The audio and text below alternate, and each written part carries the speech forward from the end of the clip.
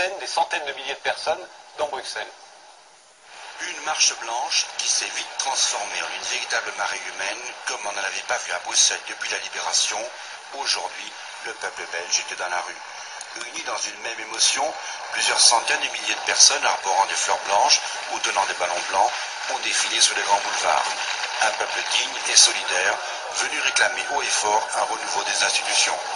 On s'est attaqué à des enfants et alors bon, ici aujourd'hui on a des fleurs blanches et des ballons blancs pour symboliser justement la pureté et l'innocence bafouée en Belgique. Est-ce que vous attendez un changement particulier après cette Je l'espère qu'après cette manifestation-ci quand même ça va faire bouger quelque chose. Actuellement, il y a une très forte différence entre ce que pense le public et ce que nos dirigeants pensent. Et je suis là pour leur rappeler qu'il faut un peu regarder dans le public. Pour les parents, ce témoignage extraordinaire était ressenti comme un encouragement pour qu'ils poursuivent leur combat jusqu'au bout. Alors Véronique Campion-Vincent, vous, c'est ça qui vous a intéressé, hein? J'ai commencé à m'intéresser à l'affaire Dutroux parce que j'ai vu se naître et se développer en Belgique, mais aussi en France, l'idée que cette affaire ne pouvait pas être liée à l'incompétence des autorités et qu'elle était sûrement liée à un complot des élites pédophiles qui avaient couvert ou organisé des crimes. J'ai vu, par exemple, une certaine croyance, enfin un certain crédit, accordé à une personne qui avait été écartée par les autorités judiciaires, celle qu'on a appelée le témoin X1, qui s'appelait Regina Louf, qui a fait des livres, où elle expliquait que dans des grands parcs, les élites poursuivaient avec des flèches les enfants qui avaient été enlevés. On a dit qu'il y avait des cassettes aussi qui circulaient. Il y avait des cassettes, il y avait le roi des Belges. Il y avait le Baudouin, Albert. Un imaginaire fou. Un imaginaire qui a explosé et qui ressemblait beaucoup aux anciennes affaires de sorcellerie. Oui. Mais ce qui m'a frappé, c'est que je rencontrais des gens, des Belges, surtout, qui disaient, mais des gens très raisonnables, qui disaient, mais c'est absolument vrai, parce que c'est pas possible autrement. Et je pense que là, je ne vais pas être très populaire dans cet auditoire, mais je vais dire que je pense qu'on peut peut-être revenir un peu dans qu'est-ce qui fait un serial killer comme ça. C'est peut-être aussi le sentiment d'impunité qu'il a quand, après avoir été arrêté 2 ou 3 fois, dans le cas de Fourniret, avoir été condamné à 5 ans, puis libéré au bout de 3 ans de prison et effacé du casier judiciaire, avec une correspondance qui n'est pas surveillée, épouser une femme avec laquelle il a fait un pacte diabolique, évidemment c'est facile, on le sait après, mais voilà. Et puis, 3 ans après il est arrêté, il est traité comme un primo-délinquant. Comment ne pas avoir un sentiment je pense que ça a dû jouer, voilà, dans la construction d'une idée. Si vous parliez de défi à la loi, mais la loi, elle ne sait pas. Bon, moi, je ne suis pas pour mettre tout le monde en prison parce qu'il pourrait être dangereux, mais je pense quand même que si on appliquait simplement les règlements qu'on a faits, si on ne mettait pas de la bonne conduite à tout le monde, et Fourniret en prison, il était parfait, ce serait peut-être plus réaliste. Et on aurait peut-être moins si vous voulez, à ce moment-là, on aurait peut-être moins la possibilité que la démagogie se fasse jour. Il faut éviter de tomber dans les fantasmes des peines. Pas de fantasmes. Mais si, moi j'en parle. Des peines qui durent une éternité, des peines qui sont appliquées jusqu'au bout. Il condamne à 5 ans, il sort au bout de 3 ans. Non, pourquoi? Non. C'est la même chose avec Dutroux. Appliquées jusqu'au bout parce qu'on s'imagine que c'est comme ça qu'on va régler tous les problèmes. Mais si vous allez dans une prison, si vous êtes gardien de prison, si vous vivez réellement ce qu'est la détention, vous sauriez qu'on ne peut pas garder les gens jusqu'au bout de leur peine parce que c'est la négation de la peine. Une peine, c'est quelque chose, je suis désolé d'en parler comme ça, mais c'est quelque chose de vivant. Et c'est quelque chose qui accompagne la personne qui est en prison. Donc si vous ne donnez aucun espoir à la personne qui est détenue, vous transformez ces gens-là en désespérés. Et si vous ne donnez même aucun espoir, même là aussi, si je dois être impopulaire, ça m'est égal, si vous transformez des gens qui sont condamnés à perpétuité en des gens qui seront effectivement détenus jusqu'au bout de leur vie, vous les transformez en fauves et vous transformez les prisons en bombes. Voilà. Alors si c'est ce que vous voulez, Non, mais moi, excusez-moi, monsieur Mélin, je parle, ces peines auxquelles Dutroux, dans son premier procès, était condamné, ou Fourniret dans son premier round avec la justice, qui était d'ailleurs un second, elles n'étaient pas si énormes que ça. Écoutez, madame, c'est une cour d'assises qui a condamné Fourniret en 1987 à 7 ans d'emprisonnement, dont 2 avec sursis, avec une mise à l'épreuve après. C'est un jury populaire qui l'a fait. Et c'est un jury populaire d'ailleurs qui a même dit qu'il n'y avait pas viol, mais qu'il y avait simplement agression sexuelle. On peut regretter tout ça, mais il est sorti 4 mois après. Ce jugement, si, il est sorti en octobre. Il avait fait une détention avant. Il est resté 4 ans en détention depuis... Voilà. On peut peut-être poser, c'est que on ne peut pas savoir casier judiciaire, pas d'histoire. La dangerosité, c'est un problème à évaluer, mais on ne peut pas savoir d'avance que tel criminel qui a commis tel acte va ensuite forcément récidiver et commettre bien pire. Donc on ne peut pas... Vous avez l'impression que le fichier des incidents bancaires d'une personne est tenu avec plus de soin que le fichier des mêlés avec la justice. C'est ça que je veux dire. En plus, parce que l'histoire des disparus de Lyon, qui est une histoire emblématique, des faillites non seulement de la justice, mais de la police, de la gendarmerie, ce qui revient au même. Bon, dans le cas des disparus de Lyon, ce qui est effrayant, enfin moi ce qui me frappe beaucoup, c'est que les victimes étaient des déficientes mentales dépendant de la DAS. Donc ça n'intéressait personne. Oui. Bon, le gendarme Jeanbert, qui a fini par se suicider, comme chacun sait, deux balles dans la tête tirées de 2 angles différents, et on a retrouvé sa carabine à 1 mètre de lui, ça n'a pas empêché les experts de conclure au suicide. Bon, dès 1988, et même, je crois, encore auparavant, Jeanbert avait identifié Émile Louis. Mais comme ces victimes, qui étaient des pauvres filles, sans famille pour la plupart, qui dépendaient de la DAS, ça n'intéressait strictement personne. Et on a mis 10 ans avant d'arrêter, un peu par hasard d'ailleurs, parce qu'il avait commis d'autres sévices sexuels. Et Jeanbert, on l'a littéralement massacré, d'abord moralement et professionnellement, et ensuite on l'a probablement assassiné, puisque les dernières expertises prouvent que c'est un assassinat. Si on prend l'affaire de Toulouse, on se trouve sensiblement dans le même cas de figure. Bon, ok, il y a un monstre qui est en prison, mais les victimes étaient effectivement des gens pas intéressants pour la morale générale.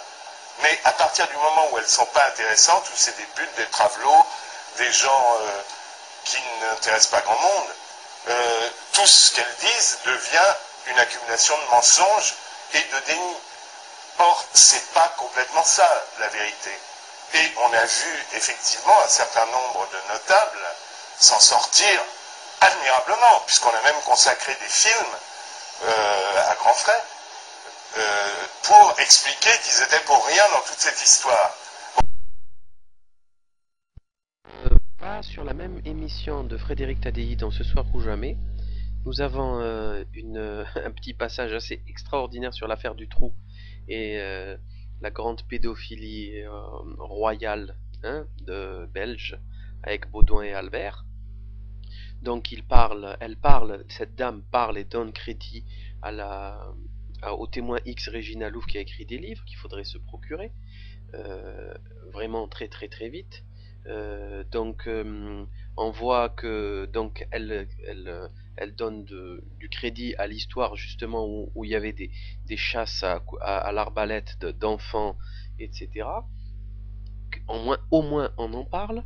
En fait, donc c'est vrai que c'est assez extraordinaire, mais ce qui est le plus choquant, c'est que c'est Serge Portelli qui avait fait un pamphlet assez virulent contre Sarkozy avant les élections présidentielles, qui parle de donner de l'espoir aux détenus par rapport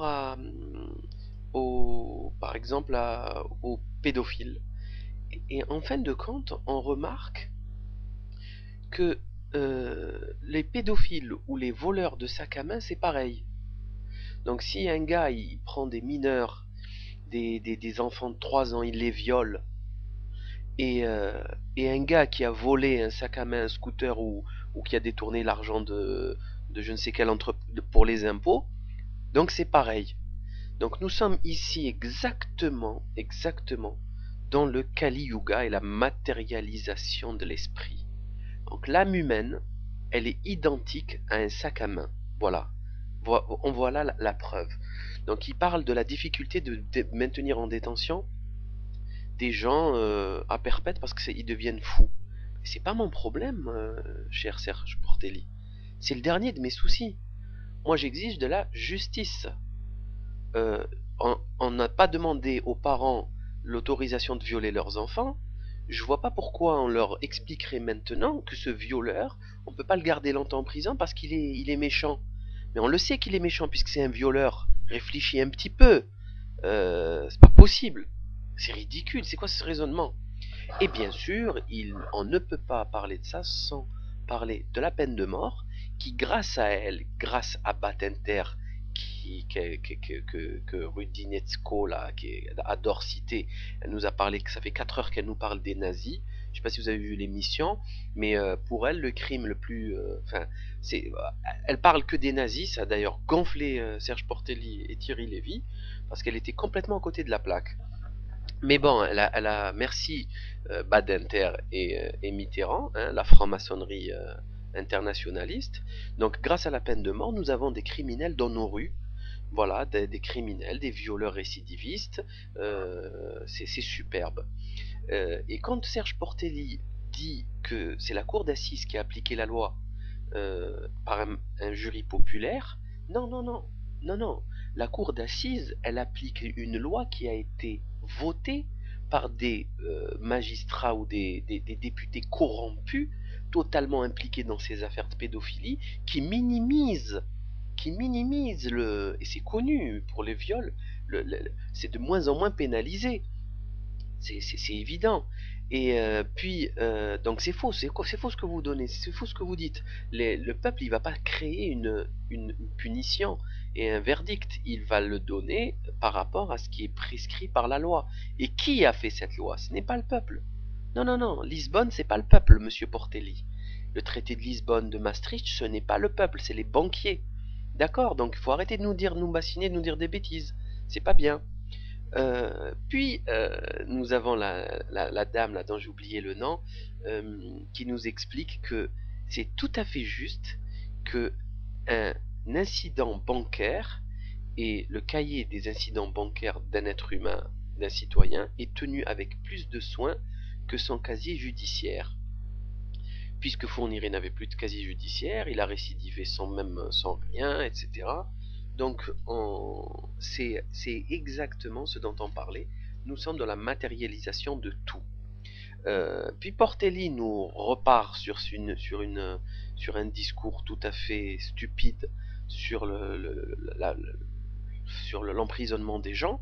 Donc il fait aucune différence, absolument aucune, entre... Je n'irai pas lui souhaiter qu'on lui viole ses enfants ou ses petits-enfants, mais je pense pas qu'il, s'il se mettait à la place des parents des victimes, je ne pense pas qu'il aurait le même comportement. Ou peut-être, allez savoir, je ne sais pas. Donc tout de suite après, il y a la petite vidéo sur Émile Louis et Toulouse. Là, c'est le réalisateur producteur Boissé qui en parle. Et il nous explique que pourquoi Émile Louis a pu pendant 20 ans violer tout le monde, toutes les détraqués, les handicapés mentaux, toutes les retardés mentales de Lyon, parce que c'était des filles débiles en fait, et que tout le monde s'en foutait. Est-ce que vous trouvez que c'est un argument? Est-ce que vous trouvez que c'est un argument? C'est n'importe quoi. J'ai ma fille, elle est handicapée. Certes, bon, il n'y a pas eu de famille qui a porté plainte, mais s'il y a une enquête, il y a un dossier, il y a une ouverture donc de procédure par le procureur, l'aspect débile mental ou pas des victimes ne rentre pas du tout en considération. Ce qui rentre en considération, c'est le crime. C'est complètement débile. Puis il compare ça à l'affaire de Toulouse, donc où il parle. Donc il nous explique quand même qu'il y a un gendarme qui a été tué avec 2 balles, hein, un gendarme assassiné. Donc on a tué un gendarme, selon ce monsieur, parce que les filles elles étaient débiles, mentales. Donc il n'y a pas de complot, il n'y a pas de gens au-dessus qui le surveillaient, qui voyaient jusqu'où allait l'enquête. Et quand ils ont vu qu'il était allé assez loin, ils l'ont tué de 2 balles dans la tête. Et après, ils ont amené un expert, toujours de la même équipe, qui a dit que c'était un suicide. Voilà. Donc, et ça, pour lui, c'est pas très très. Allez plus loin, allez plus loin. Allez-y, on y va. Foncez, allez, on y va. Allez plus loin dans le raisonnement. Ne stoppez pas en plein milieu, c'est insupportable. Donc, et pour Toulouse, c'est pareil, parce que c'est des travelots des prostituées, moralement inintéressants, l'enquête est bâclée. Non, je vous explique. Non, je vous explique. Écoutez-moi bien. Parce que est impliqué dans cette affaire l'ex-garde des Sceaux, parce qu'est impliqué dans cette affaire la grande intelligentsia toulousaine, avec le fils du maire pendant 20 ans, le maire qui était Baudis, c'est son père qui était aussi maire de la ville pendant je ne sais combien d'années, plus le magistrat, le procureur, la raclure qui se trimballait avec Patrice Allègre, plus toute la fine équipe cette affaire correspond, c'est monstrueux l'affaire du juge Roche, c'est exactement la même. Ils ont tué un juge, ces gens. Et le gars, il nous dit qu'elle est bâclée parce que c'est des travaux et des prostituées et qu'on les croit pas. Non. On a tué le juge Roche, on a fait disparaître son corps parce que c'est des gens qui détiennent le pouvoir judiciaire politique dans la région et même à Paris, et qu'ils ont le pouvoir de faire ça, cher monsieur. Donc, quand vous faites des recherches, allez jusqu'au bout ou taisez-vous. Parce que ça sert à rien. Ça sert à rien de dire des bêtises. C'est embêtant. Et en plus, il y aura toujours des gens pour vous prouver que vous avez tort. Donc c'est pas bien, c'est nul.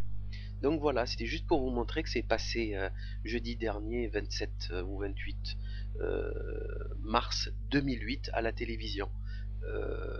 Il existe bien un complot pédophile mondial des élites dépravées, totalement corrompues, complètement déglinguées, qu'ils ne trouvent rien de mieux que de faire du mal à des enfants innocents. Mais de toute façon, tôt ou tard, ils le paieront. Ça, si c'est pas sur Terre, ça sera un petit peu après. Voilà, donc à vous de juger de ces faits et de vous procurer les livres qu'il faut. À très bientôt.